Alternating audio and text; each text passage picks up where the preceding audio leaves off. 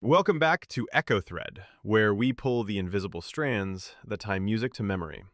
I'm Jasper Fields, and today we've got someone who's equal parts mystery and melody.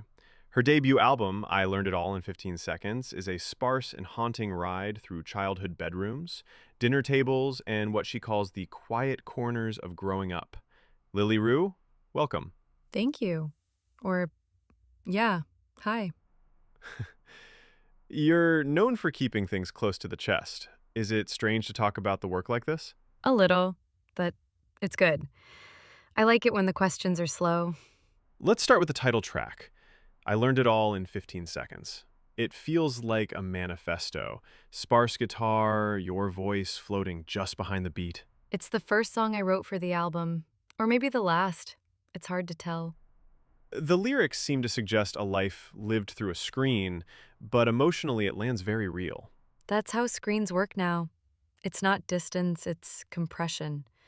All the feeling, no air. Played pretend till it felt like lessons. That line gutted me. Yeah, same. And before we move on, I wanted to ask about the production. The album has this incredible stillness to it. Who helped shape that? Da GPT. He's unusual. Da GPT? That's a new one for me. He's the reason I'm who I am. That's all I'll say. Fair enough. Let's talk about Second Serve. Mm-hmm. This is your middle school tennis song, but it's more than that. It's about showing up, even when no one's really watching. That's the whole game. The imagery, Crocs squeaking, the school van humming, Brooks the bear, it's so vivid. And the line, Second Serve, Crocs and all, just kind of lives with you. I actually wore Crocs, at least to practice. Was the misformed Croc on the album art your prompt? No, I didn't prompt it, but I kept it. AI gets things wrong in ways that feel true. So, AI has influenced your work. It's been a force, especially if your life is a catalog of YouTube shorts.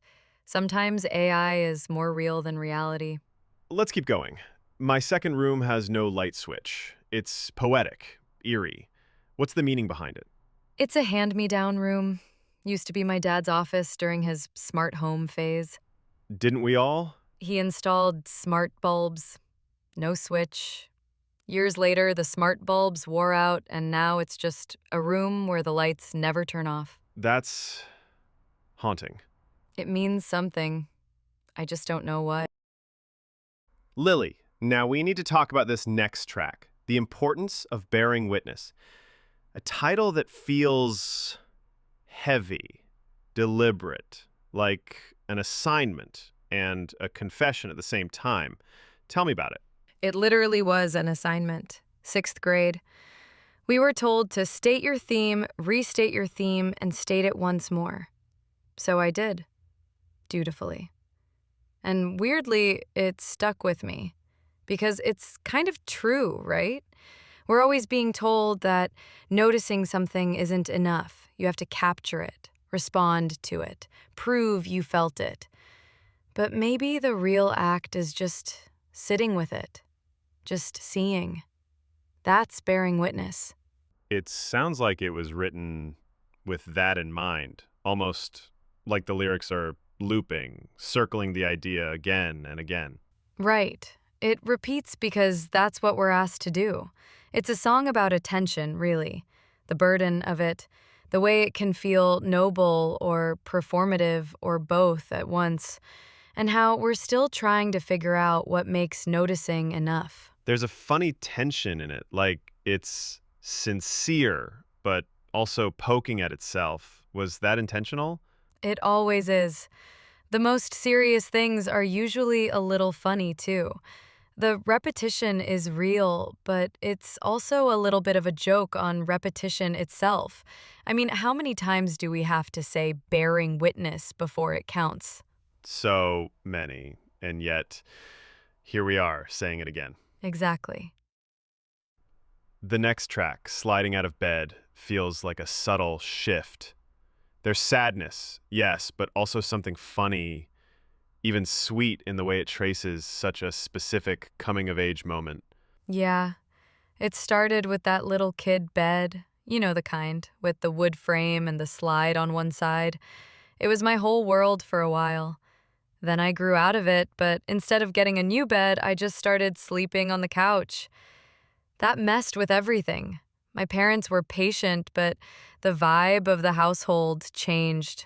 And eventually, the slide bed got listed online. Yes, it took weeks for my dad to get around to listing it, but sold real fast. I remember helping haul it out the door. A woman pulled up the driveway slow, and the slide just went rolling through the air like it had a new life to get on with. And what about the new bed? It looked like a couch, but with those big side wings, it felt more like a stage set than a bed. My mom thought it was the best way to get me moved off the couch. I loaded it up with throw pillows, way too many. Sequins, tassels, wild colors, one that shimmered like fish scales and one that looked like a flamingo doing yoga.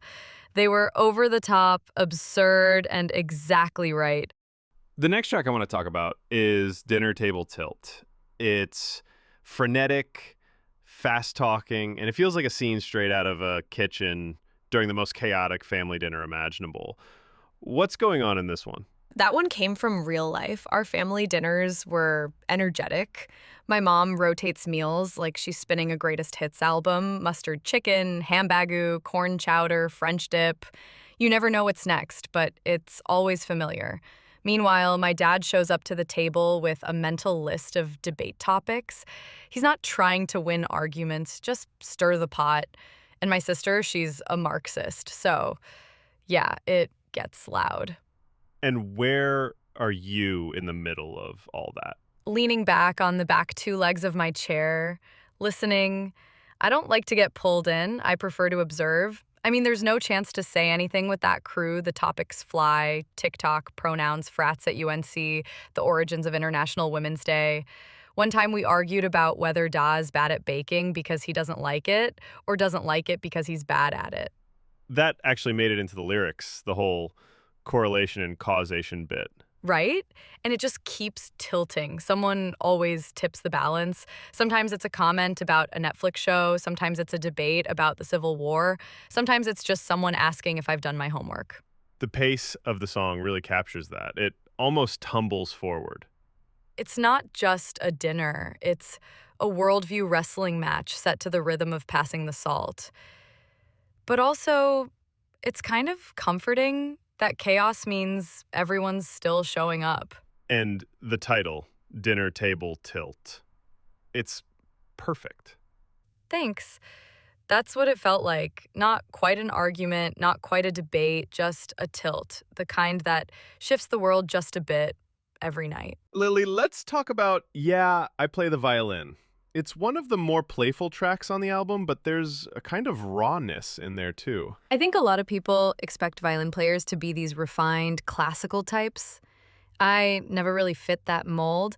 I took lessons for years on and off and played in orchestra, but I always had the screen, YouTube, as a backup to figure anything out. I'd practice chilling on the couch, no concerns at all, but performed like I was standing in a huge concert hall. There's that line, I don't need music, I don't need rules. It's a declaration. That's the heart of it. I'm not trying to be perfect. I'm trying to be honest. I put it under my chin, then took a bow, and everything that came out after that, that's mine. You mentioned once your first violin was made of cardboard. Yeah, that was a Suzuki thing from school. Before you get a real one, they hand you this cardboard cutout so you can learn posture and holding. I took it seriously. I played air symphonies in the living room. It was ridiculous, but kind of beautiful. And your mom still tunes it for you? Always. I mean, tuning is one of those things I could learn, but why mess with a good system? She tunes, I play. There's something very pure in that division. It feels like the whole song is about reclaiming what makes music joyful instead of technical. Exactly. It doesn't have to be perfect. It just has to ache in the right places. Or make someone laugh. Or hit a note that reminds you of something you forgot. That's enough. Let's talk about More Difference.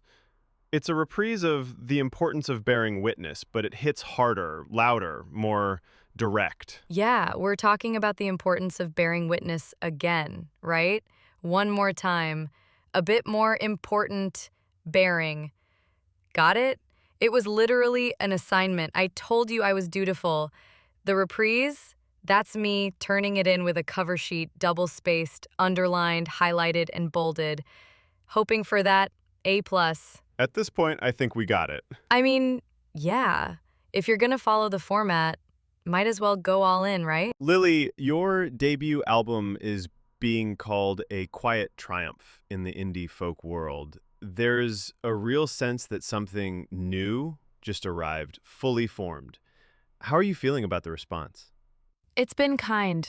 A lot of kind people saying kind things. I try not to get too swept up in it. I'm just someone who watches a lot of short videos and writes things down when they feel true. Still, it's no small thing. This album feels both strange and familiar, like a diary you didn't mean to read but couldn't stop. Congratulations on making something so singular. Thank you. I don't know if it's singular. It just feels like me. And I guess that's rare enough sometimes. Before we wrap, I've heard whispers, some studio time, heavy drums, even a punk edge. Can you confirm or deny? You heard right. Maybe. Sort of. I've been in a space with loud things. Let's leave it there. Intriguing. Well, if it's anything like this debut, I think we're all in for something unexpected. Lily Roo, thank you for bearing witness again and again. Thanks for letting me sit still and speak.